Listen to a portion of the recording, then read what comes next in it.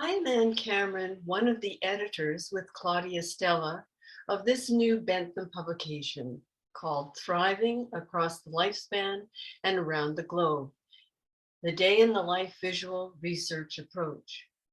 And this is Carolyn Brooks, a sociologist at the University of Saskatchewan in Canada, and the author of the foreword to our book, who will moderate this exciting book launch. Carolyn? Thank you, Anne. I am first introducing Julia Gillen, who is at Lancaster University in the UK. Julia, together with Anne Cameron, developed this research approach and will tell us about the origins of the methodology. Yes, I originally met Anne Cameron in a Canadian research project and was immediately drawn to her positivity, intellectual openness and imagination. I'll always consider myself very privileged to have worked out the original Day in the Life programme with her during a long journey. Our ideas developed into the first Day in the Life project that explored themes contributing to resilience in the development of strong children in 7 very different international settings. Since then, there have been other projects, hundreds of journal articles and conference papers, nearly all led by Anne. So it's my hope that this latest book, edited by Anne Cameron and Claudia Stella, introduces new readers to the Day in the Life approach, to investigations of thriving across the lifespan and around the globe. I will now ask Anne Cameron, who is at the University of British Columbia, Vancouver, Canada. Anne, will you tell us where the methodology has been applied? Sure. This method involves filming participants for one day in their life and having them reflect on that day. Our perspective sees participants and partners as co-creators of the research. Once conceptualized, this methodology was applied to study 7 thriving 30-month-old toddler girls around the globe in Asia, Europe, and in North and South America. Following on from that study, we explored the resilience of mobile teenagers even farther afield in Africa, South Asia, and again in Asia and the Americas. The major focus of this exciting new publication is the experiences of thriving young children between 5 and 7 years in transition between home and formal primary schooling. We have further embarked across the lifespan in this new book to study sources of strength of independent older adults in Europe and North and South America. The themes we have explored include, among others, the power of humor in the face of challenges, the gift of touch as a source of strength, the role of imitation in reciprocal learning, and the vitality of families supporting children's venture into the larger community via primary school experiences. Nora Didkowski is an independent researcher in Switzerland. Nora has focused on humor, and my question to Nora is, what motivated the chapter on humor and thriving? In earlier studies, we saw toddlers and youth using humor in increasingly advanced ways to cope with stress, bond with their friends, and to diffuse really difficult social situations. Then we filmed an older couple who were 87 and 97 years old living in Switzerland. Heinz and Elizabeth spent much of their day making each other laugh. It really was their deliberate use of humor to connect and to poke fun at their challenges related to aging that motivated us to explore the socio-emotional, cognitive, and linguistic functions that different forms of humor may play in relation to thriving in the older years. To follow up, what is it about humor that promotes thriving? Humor promotes optimism, connection with others, stress relief. What we found is that different forms of humor may elicit varying benefits. So irony and wordplay require and may strengthen working memory and linguistic functioning. Clowning around affords moments of physical touch. And this use of psychosocial resources to enrich lives appears across the book's chapters. So for example, we see Anna, who's 88 in Brazil, drawing on her humor, spirituality, and close relationships. Nuala and Roger Hancock are in London, UK. They explain how they came to write their chapter on touch. Touch is such a fundamental means of experiencing the world. we don't often pay attention to its role in our lives.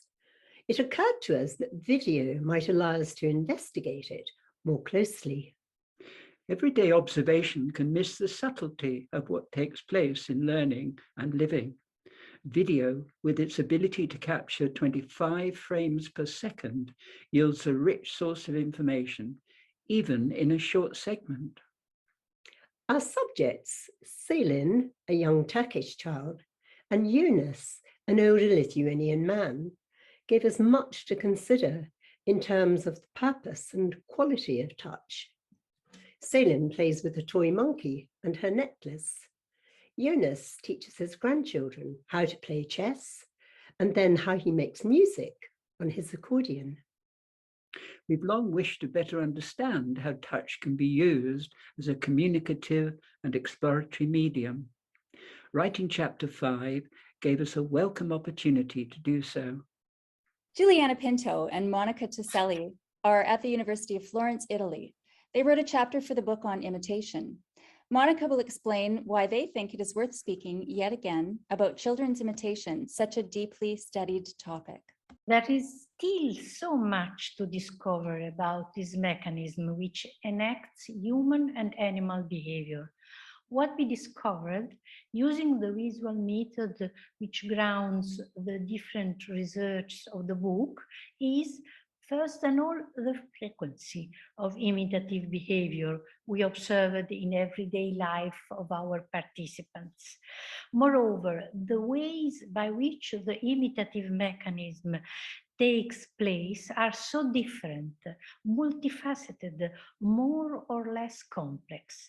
You will be surprised to see how often and with what great variety of purposes imitation appears in children's daily life. They imitate in order to learn, to play, to appropriate the rituals typical of their community, to enrich their motor skills, cognitive, communicative, to assume behavior of adherence to the rules, and why not even of a disobedience.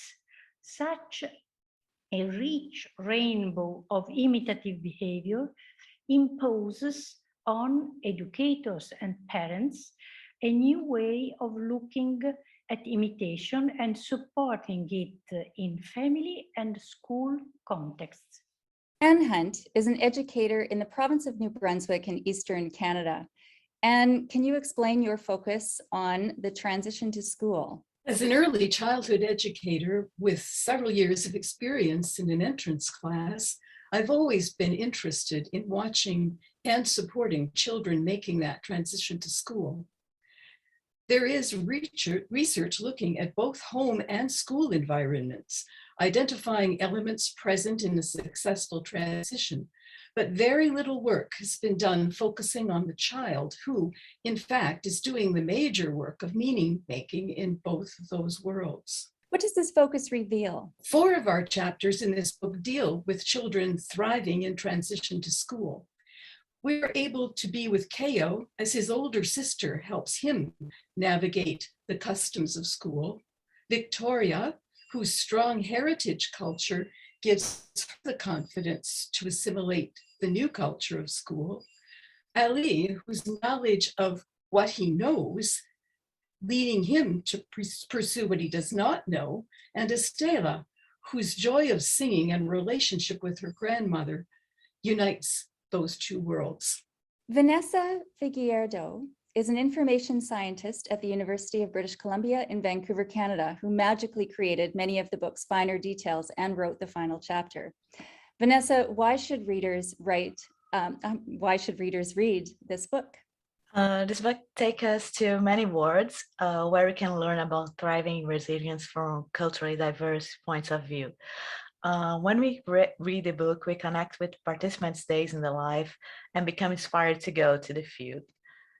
In this book, we learn how to build respectful relationships between researcher and participant. We learn how to approach culturally diverse contexts and understand thriving resilience across the lifespan.